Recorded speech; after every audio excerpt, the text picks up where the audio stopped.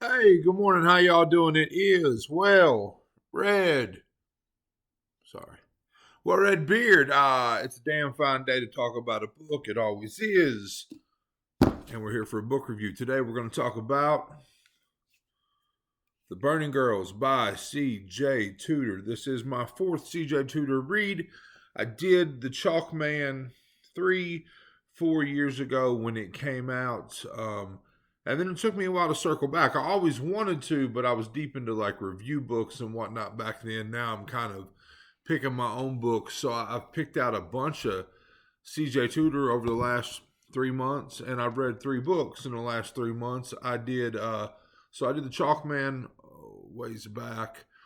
I did the Hiding Place. I did the Drift, which is the latest. I believe it was the latest as of like I don't know 8, 9, 10 months ago, probably last winter.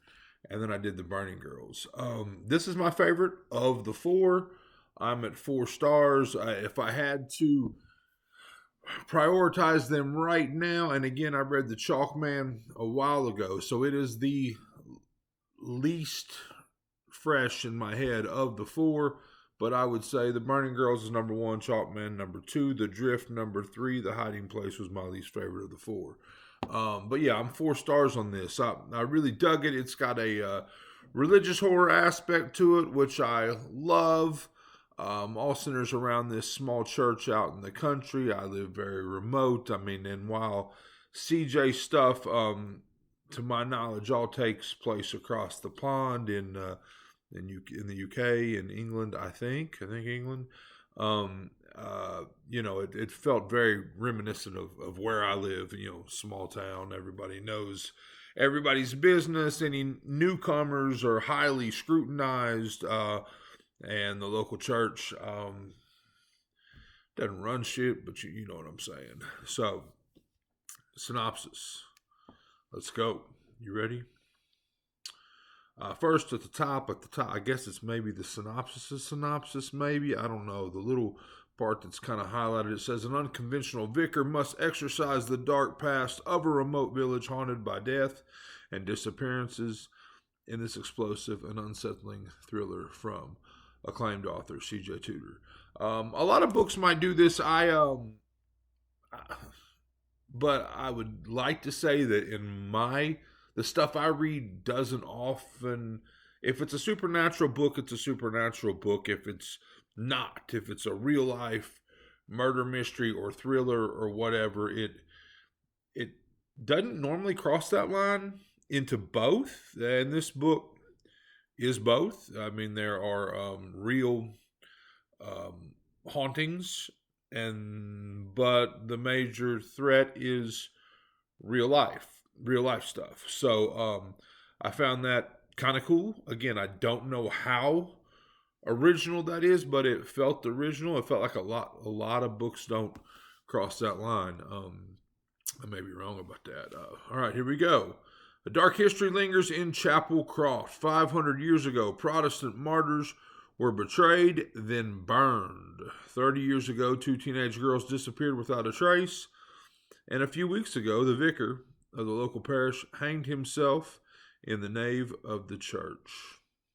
Reverend Jack Brooks, a single parent with a 14-year-old daughter and a heavy conscience, arrives in the village hoping for a fresh start. Instead, Jack finds a town rife with conspiracies and secrets and is greeted with a strange welcome package, an exorcism kit, and a note that warns, but there is nothing, this is quotes, but there is nothing covered up that will not be revealed, and hidden that will not be known.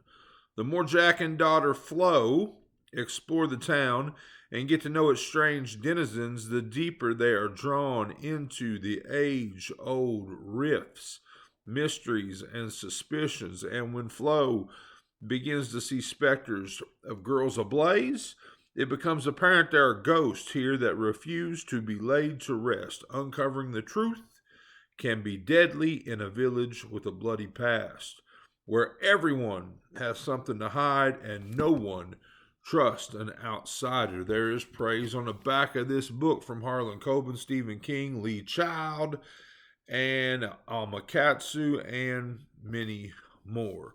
So yeah, small town church. 500 years ago, people were burned at the stake. 2 girls were burned at the stake. We are being haunted by these girls, and they appear in the way they went out. So they both had something different done to them before they were burned, and they appear very, very horrifically and gruesomely in that manner. I won't tell you what that manner is. Then 30 years ago, 2 girls disappeared, never to be found.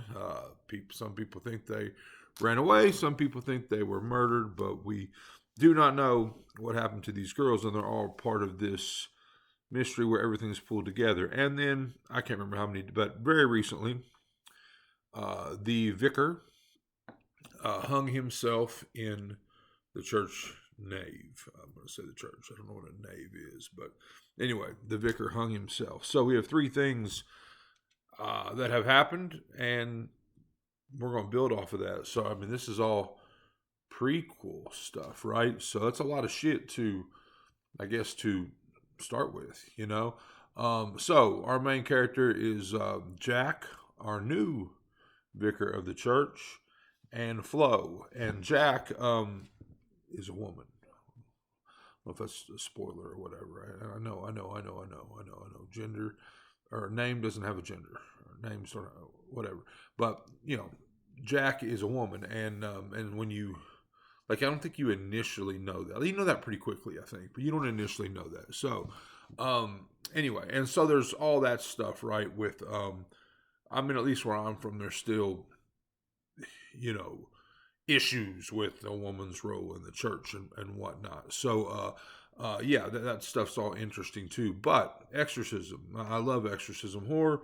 I love religious horror. I love satanic horror.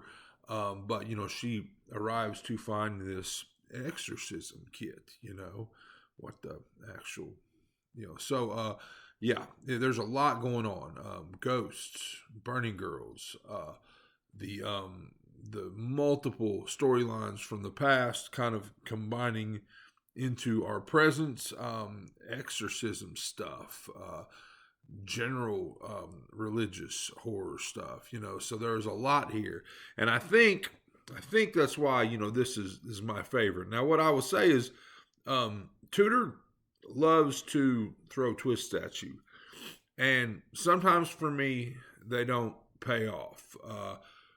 For, you know, I haven't reviewed The Drift yet. I'm going to review The Drift. I didn't love the way that thing used a twist to explain everything at the end. I used an example in an earlier video when I was just loosely talking about it, about the House on Needless Street by Catriona Ward.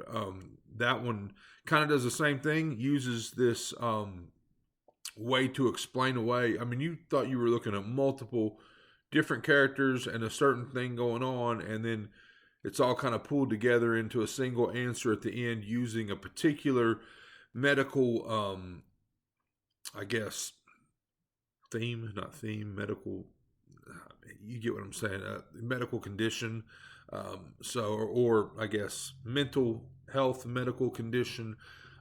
Anyway, and man, I just didn't love that, because I just spent 300 pages, you know, learning this, doing this, reading this, thinking this, and I felt that it was, I don't know, I don't want to use the word cheap trick, but you see what I'm saying. Anyway, the point is, I didn't feel this here.